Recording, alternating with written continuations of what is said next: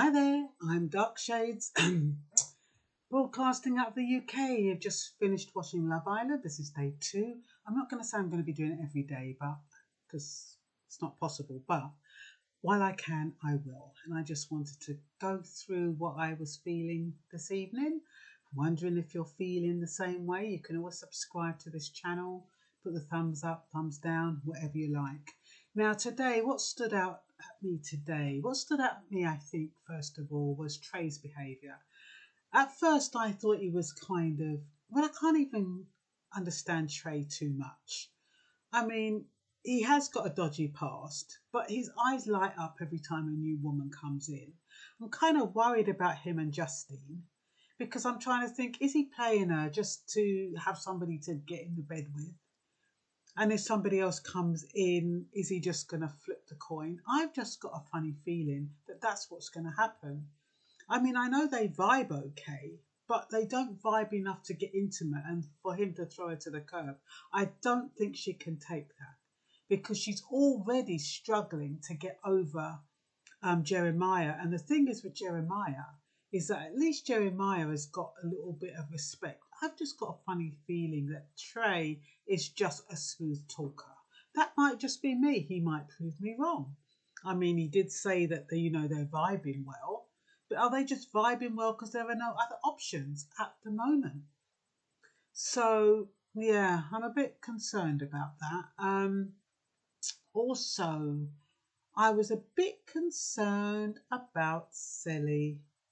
I'm not quite sure how Johnny is gonna take that too well. I think he may have reservations, but it doesn't seem so yet. Well, the fact that she said she'll flip a coin to see who she'll sleep with. It might not be anything. And like, when you're young, you do holy but crap, don't you? I mean, I'm not quite sure if I would do that, but hey, you know what I mean? It's each to their own. But this isn't about judging people.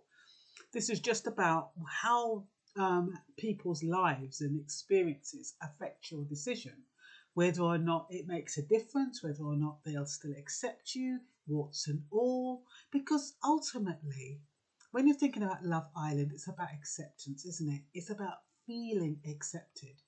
And that's another thing because Mackenzie, she started bawling her eyes out, and I'm thinking to myself, wow, she's doing that really early on in the game. But I also kind of respected that she was honest about her emotions and her feelings. She's mature enough to show him exactly how she feels. She's mature enough to tell him what she wants. And I thought that was really good. I think that is a good couple. And Connor, I mean, talk about a bloody gem. Where the hell do you find someone like him?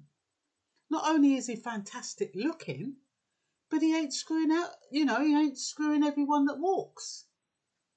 And he takes relationships seriously. I mean, she's pulled the long straw there, mate. I mean, seriously.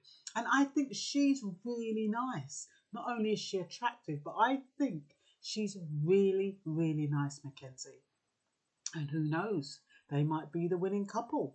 I really can't see anybody pulling them apart. I think they might be slow burners, but I think I think they might actually have what it takes to stay the course. At least I hope so. There's nobody else that I can really think of. I thought James and Moira were okay, but then you kind of, after tonight, I've got a funny feeling that James only cooked up with her because there was no other options. Because now he's talking about she's too short.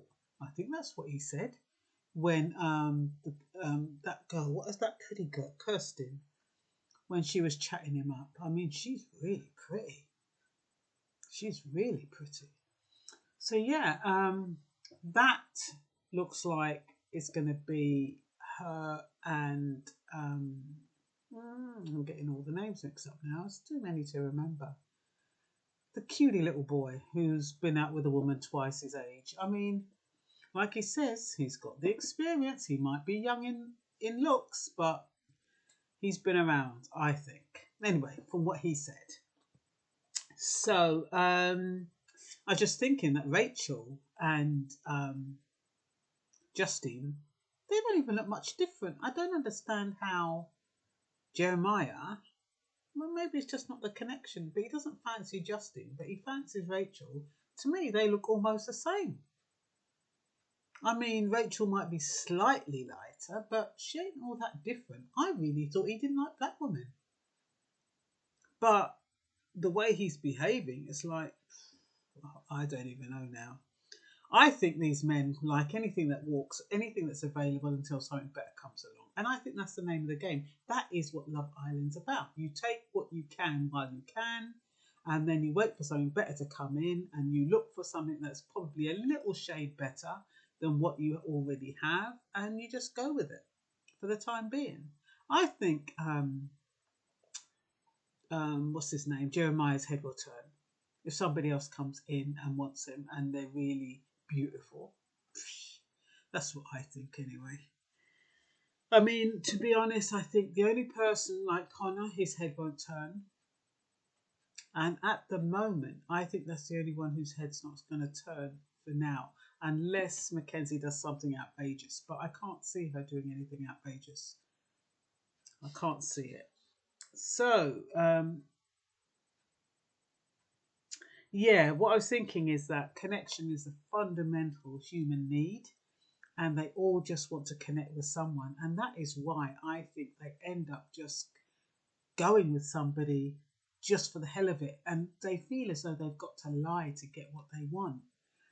I think someone like Trey should just say, look, while we're here, I mean, don't have sex, but you can cuddle up and, kiss and all that. I mean, you're doing it anyway in the games.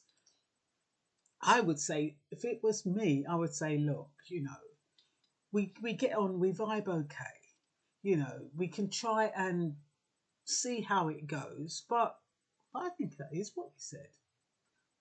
I think that is what he said. Actually, I think he did say he's open to meeting other people, but they do vibe well. So yeah, I think he did say that to her. But some women, they don't hear that, do they? They just hear what they want to hear. So I'm not quite sure if she took that bit on. But maybe she did. But I think they get on really well. And I think if they can really be good friends, they can be there for each other. But like they said, it's not Friend Island, it's Love Island.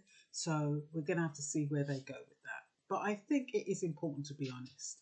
Rather than, try to lead people on just for that security blanket, I think people should be saying, look, let's hook up for now. And then when somebody else comes in, we have the option of moving on if we want to. We may not want to, but the option is there because I'm not 100% sold on you. It's hard to hear, but I prefer to hear that than somebody saying, oh, I really like you, I'm really attracted to you, I really want to be with you, and my head's not going to turn, and then the next minute your head turns. So I think when you're thinking about what women are attracted to, they are attracted to power. Now, power comes in different forms. Inside the villa, I think it comes in the form of assertiveness and, forthrightness. So somebody like Trey is going to be quite appealing to certain women. But, I think if it was outside the villa, he'd need a hell of a lot more than forthrightness and assertiveness. So we'll have to see how it goes. And that's all for now. Bye bye.